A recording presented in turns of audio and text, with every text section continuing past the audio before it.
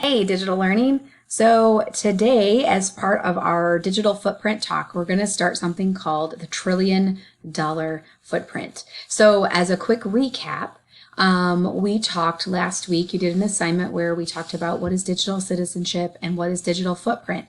And I want you to remember that digital footprint is really anything that's out there online about you, whether you put it there or somebody else put it there. It could be posts that you put on social media, or things you reply in a Canvas forum, or things that you post out there on the web. And it also could be things that other people put out there about you. For example, if a friend takes a picture and posts it on Instagram and then tags you in that post, it's connected to you through that tag. So when people go and they look you up online, what they find out there about you is how they're going to judge you or what they're going to think about you. And it's kind of your reputation. Like somebody goes and they look you up online and they see all these things and then they're like, oh, well, she's a really nice person. Look at all these great things she does. Or, oh, he always says these really mean and rude things online when he posts. That's not cool. So, we haven't talked about this exactly, but when you're going in the future to apply for colleges or to apply for jobs, whether you realize it or not, all of your future employers are going to Google you. They're going to look you up and they're going to see what kind of digital footprint you have. And in some cases, that's the first impression that they have of you, is what they find out there about you online first. And that's just reality. So to kind of simulate this, what we're going to do is we're going to do something called $1 trillion footprint, and you are going to pretend like you need to hire a game show host. I know. So $1 trillion footprint is like a teen talent show. So think like American Idol or America's Got Talent, and you are the employer for the show. You need to hire a host. You've narrowed it down. There are 2 candidates to choose from, Linda and Jason. And things that you need to keep in mind are that the host needs to be honest and able to work well with others.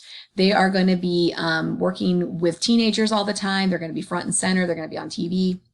So they're kind of the face of the show. They need to be an honest person that works well with other people and gets along with them. So those are the 2 things you're going to be looking for specifically as you go through these social media profiles. Now this is based on a real life situation, a real life scenario. Future employers are going to Google you. They're going to look you up. They're going to see what's out there about you. And in a lot of cases, that's one of the deciding factors when they choose to hire. Sometimes they narrow it down to, 2 or 3 candidates and they both look pretty good and they can't make that final decision. It might come down to what's out there on the internet about you. And so that's kind of why we're going through this lesson. So you are going to look at 2 social media profiles, one for Linda and one for Jason, and you're going to decide which one is the better choice. The evidence document is a Google Cloud assignment. You can click here to open it up in its own window if it doesn't embed beautifully down here at the bottom for you or it's hard to read. So here is this little table where you're just going to write in notes. And this is not formal. You don't have to do full complete sentences. You don't have to do anything fancy. This is just a place for you to write down anything you notice as you are looking at both Linda and Jason's profiles. So we're looking for evidence that they work well with others. And you might find evidence that they don't work well with others. You're looking for evidence that they're honest, or maybe you find evidence that they are dishonest. So in both situations, you are going to keep track on this document. So you'll open up the profiles, you'll look through Linda's profile. When you find evidence, you'll write it in here. When you look through Jason's profile, you'll find evidence and you're going to type it in these boxes. And then once you're finished, you're going to make a decision based on, comparing the 2. Who did you choose? And then tell me 3 reasons why you chose that candidate.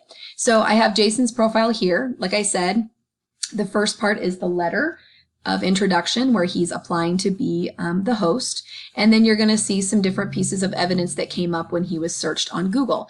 So you're going to find an article from the Boston Daily Press. If you keep going, you're going to see his Facebook. And if you keep going, you're going to see his Twitter. So those are the 3 pieces of social media or online pieces that they found for his digital footprint. And then when you go look at Linda, same idea. Here's her letter. And then as you scroll, you're going to see her Facebook. This is her website where she posts recipes. And then down here is her Instagram. Okay. So you have 3 different things that have come up for both candidates when they were looked up on Google that have been put together in these candidate profiles for you.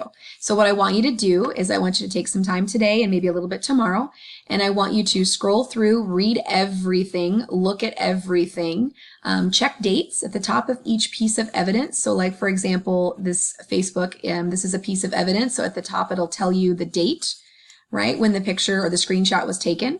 So you can read the dates on here, but you can also look at the dates here. So you're going to scroll through, read everything about these candidates, take a look at their social media profiles, take a look at what's out on the internet about them, their websites, newspaper articles, etc., and then come back to this document and start adding in notes and things as you find things, and that should help you figure out who you want to choose. You most likely can find things to go in all the boxes if you really stretch it. It really depends on how you feel about certain things that you find when you read. Some things you might go, ooh, that's an example of, something honest, or ooh, that's something that's dishonest. It really depends on how you feel when you see it. So go with your gut. Don't spend too much time, thinking too hard about it. When you see something that comes up, put it where you think it belongs on this chart and make a note.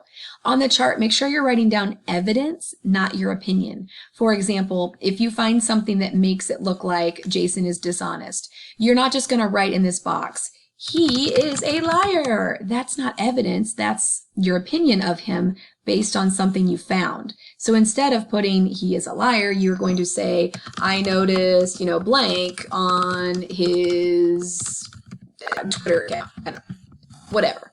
So tell me specifically what you found on his profile that made you think that he was lying about something.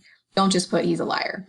And also, I say this every quarter because it comes up literally every quarter. At some point, I hear people in the classroom say things like, oh, well, she's so pretty, I'm going to vote for her because she's pretty. Or, oh, he's so cute, I'm going to vote for him because he's cute. And I want to remind you, as funny as that sounds, their looks are not evidence. That's just, that's just who they are.